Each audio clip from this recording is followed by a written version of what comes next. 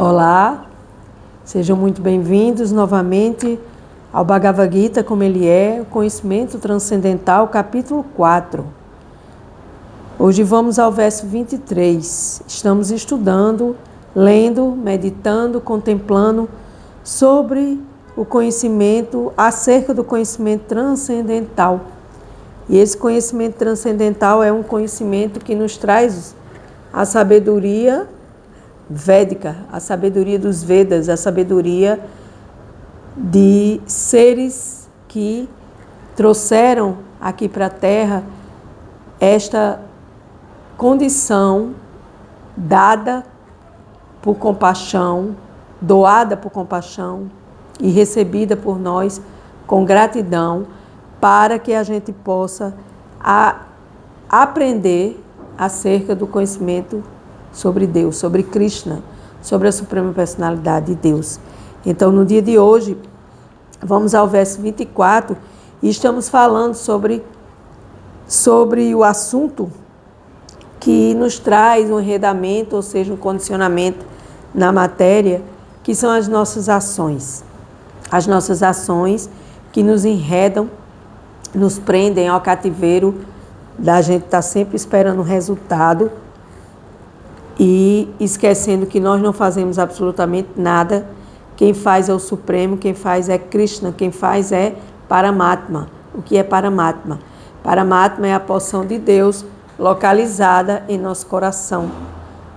Sempre se fala que Deus é amor e que a gente deve trabalhar esse amor, essa compaixão, para que a gente possa servir a Deus mais e melhor e servir ao outro, ao próximo, como a si mesmo. Então, nesse processo amoroso, Deus é amor e dentro desse aspecto, esse amor, ele está localizado em nosso coração. Ele está localizado aqui bem no centro desse chakra, desse centro de energia amoroso, que é onde está o nosso pleno conhecimento acerca de Deus, instalado dentro desse coração, para que esse coração ele faça uma frutificação dentro desta árvore do conhecimento, que é o conhecimento védico. E dentro do conhecimento védico traz o conhecimento acerca de Deus. O objetivo dos Vedas é levar o conhecimento de Deus. Então, esse conhecimento que não é apenas uma teoria, mas sim uma teoria, uma prática, um resultado.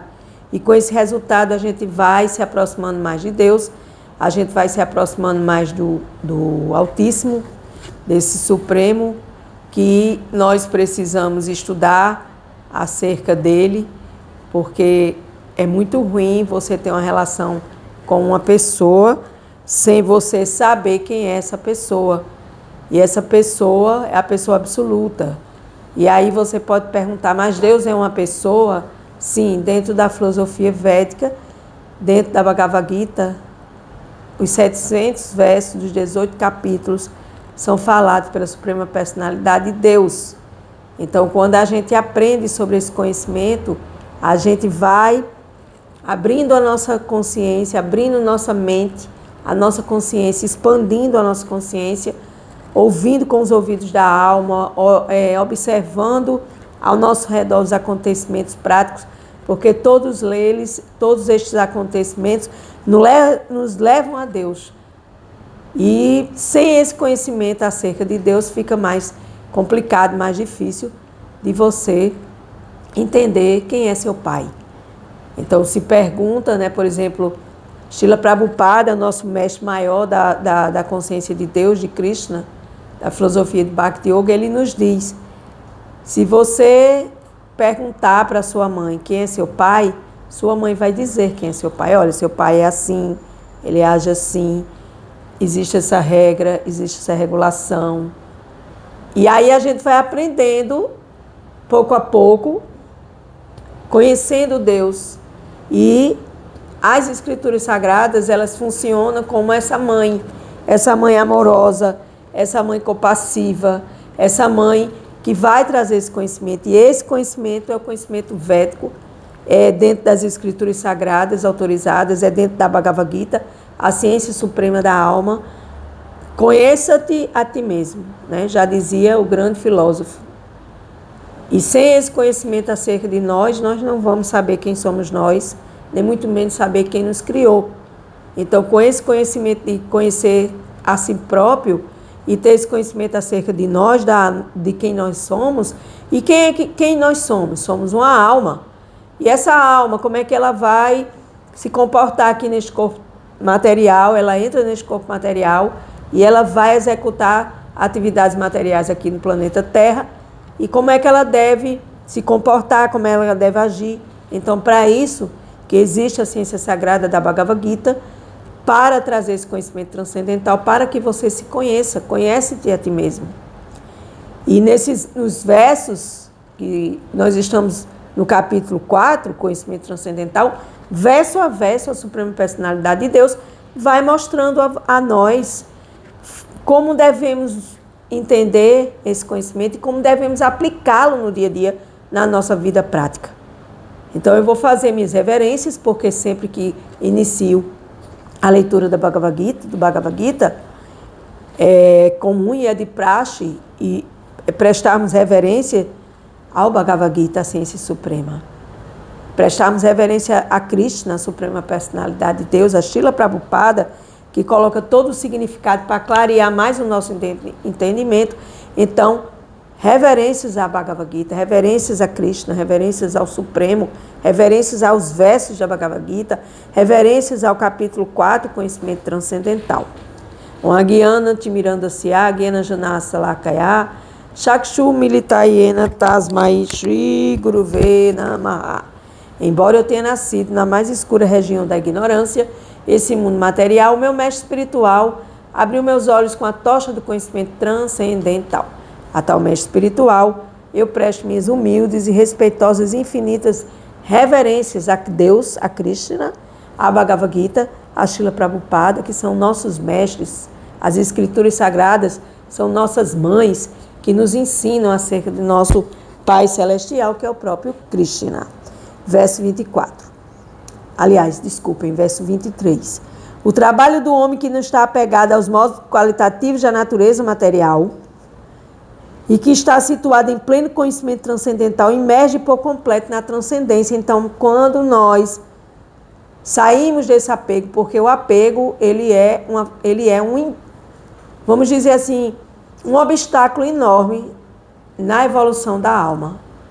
Então, a gente se apega a tudo e a todos, a gente fica ali apegado até mesmo aos nossos pensamentos, aos nossos sentimentos e às nossas atitudes. Então, quando a gente sai desse apego no modo da bondade, paixão e ignorância, que são os 3 modos qualitativos da natureza material, e a gente busca esse conhecimento transcendental, que eu falei aqui no início, na introdução aqui da leitura, a gente vai justamente mergulhar nesse conhecimento transcendental, como se nós fôssemos mergulhar numa piscina e fôssemos dar aquele mergulho bem profundo, buscando retirar da nossa vida, da nossa frente, todos os obstáculos que se interpõem, para que eu, como alma, possa transcender esta ignorância. Para que eu, como alma, possa buscar a minha energia da paixão, para que eu possa estudar, para que eu possa manter-me içada nas minhas práticas espirituais diárias e para que eu possa realmente entender no modo da bondade o que é o conhecimento verdadeiro, o que é o conhecimento transcendental acerca de Deus. Significado de Srila Prabhupada. Tornando-se plenamente consciente de Deus, consciente de Krishna, é possível livrar-se de todas as dualidades e das contaminações dos modos qualitativos da natureza material. Essa pessoa pode se libertar, pois conhece sua posição constitucional em relação a Deus, e assim, na sua mente, não pode afastar-se da consciência de Deus. Então, a gente vai limpando o espelho da mente. Cada vez que a gente lê, cada vez que a gente escuta, cada vez que a gente canta os santos nomes de Deus, a gente medita nos santos nomes de Deus no mantra Hare Krishna, cada vez que a gente escuta uma aula de um mestre, cada vez que a gente se associa com as pessoas que querem o mesmo que nós, pensam, sentem e agem igual a nós estaremos colocando a nossa mente em consciência de Deus, em consciência de Krishna. Por conseguinte, tudo o que faz, ela o faz para Krishna, para Deus, que é o Senhor primordial. Portanto, todos os seus trabalhos são sacrifícios, porque o sacrifício visa satisfazer a pessoa suprema. Então, tudo é Deus. Tudo se faz para Deus e se liberta dessa contaminação material. Verso 24. Quem se absorve por completo em consciência de Krishna, com certeza alcançará o reino espiritual, devido à sua plena contribuição às atividades espirituais, cuja execução é absoluta. Nelas, tudo o que se oferece é da mesma natureza espiritual. Então, neste processo, nós devemos entender que todas as nossas atividades elas devem estar voltadas para Deus. Porque a maioria das nossas atividades estão voltadas para o nosso Deus, que é a matéria. E Jesus já disse, e eu continuo a repetir, não se pode servir a dois senhores. Um senhor é Deus, outro senhor é a matéria. Então você não pode servir aos dois senhores, você tem que decidir para quem você quer servir. Mas aí eu estou aqui nesse mundo material, cheio de contaminação material, cheio de informação, a toda hora propagandas, redes sociais, muito rápidas informações, e eu estou ali, ó, condicionada, olhando, me preocupando, e aí eu esqueço que eu tenho que buscar, o que eu tenho que buscar realmente é buscar, colocar minhas atividades espirituais na plataforma transcendental. Colocar minhas atividades materiais, na plataforma transcendental, transformando tudo numa oferenda a Deus. Então, eu estou aqui, eu ofereço esse trabalho a Deus. Daqui a pouco eu vou fazer outra coisa, eu ofereço a minha outra atividade a Deus. Eu vou caminhar na praia fazer exercício, eu ofereço a Deus o mar, a caminhada, a terra, o banho de mar. Então, tudo deve estar nessa plataforma transcendental. Então, nesse processo, nós devemos entregar tudo a Deus, em consciência de Deus. Por quê? Porque é a melhor forma que a gente tem de purificar as nossas atividades materiais que nos condicionam fortemente. Verso 25. Alguns yogis adoram perfeitamente os semideuses, oferecendo-lhe diferentes sacrifícios, e alguns oferecem sacrifícios no fogo do Brahman Supremo. Então, aqui a Suprema Personalidade de Deus, ele está falando que existe outra categoria de sacrifícios que nós podemos oferecer, que é os semideuses. Quem são os semideuses? São almas que já ultrapassaram a condição humana. Elas estão na condição de semideuses. E esses semideuses, eles, ainda que se chamem de semideuses, eles ainda estão atados às coisas materiais. Por exemplo, existem pessoas que fazem sacrifício para Indra, que é o Senhor dos céus.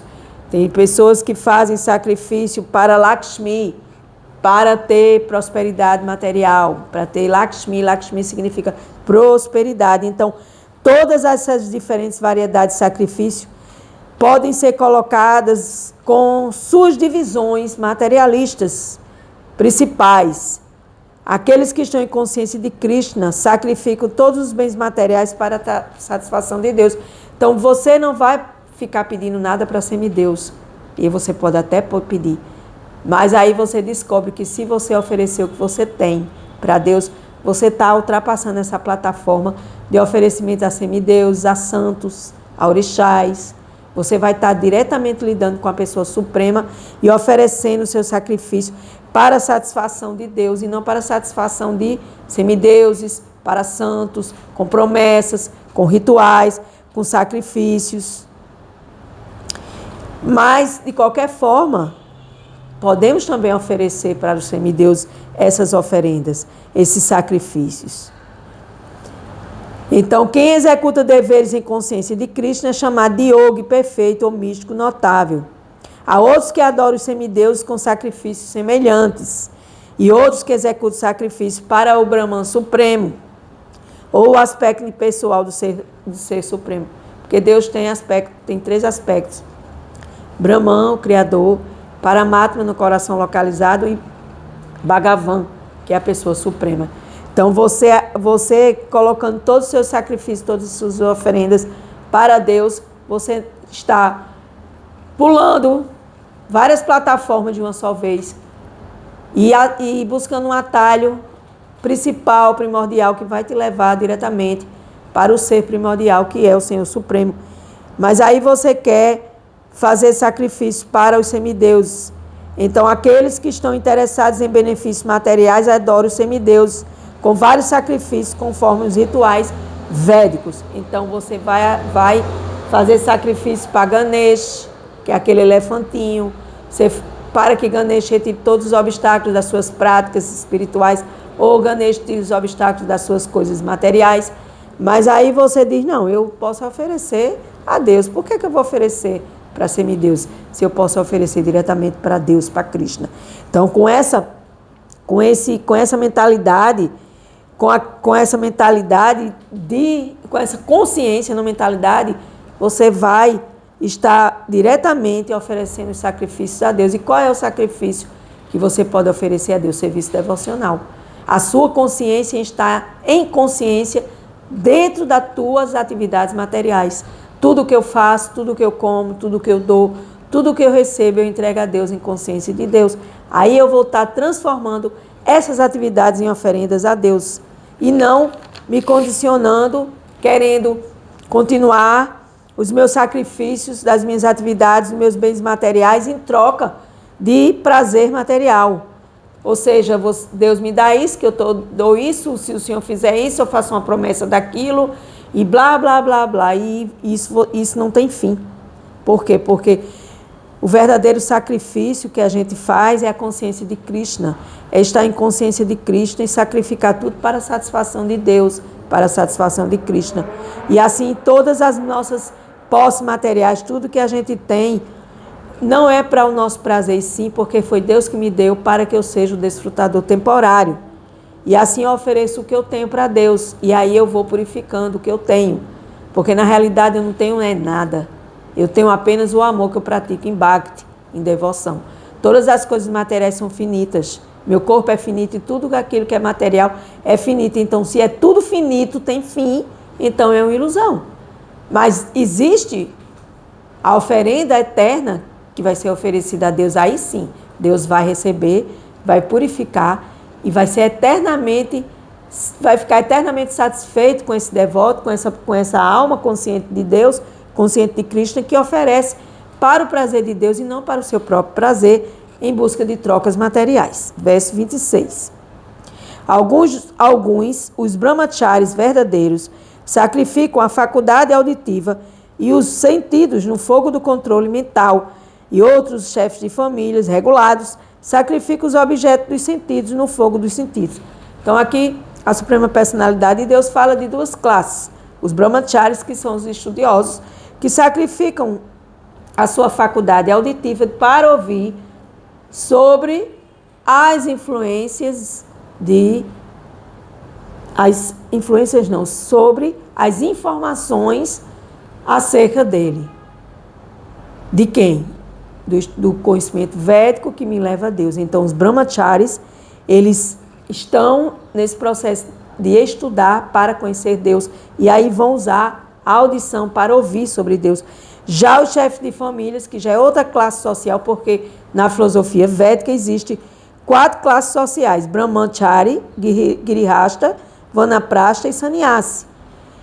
E essas 4 classes, por exemplo, Brahmachari é o estudioso, o Girihasta é o pai de família, o Vanaprastha é aquele que já criou sua família e ele agora quer estudar para ser um monge renunciado. Então ele vai para o Vanaprastha para passar por esta fase, e depois ele vai sair dessa fase de buscar essa perfeição para o sannyasi, que é ele estar totalmente renunciado das coisas materiais e servir apenas a Deus. Mas qual é o objetivo dessas 4 classes sociais? Destinam-se a serem perfeitos yogis ou transcendentalistas.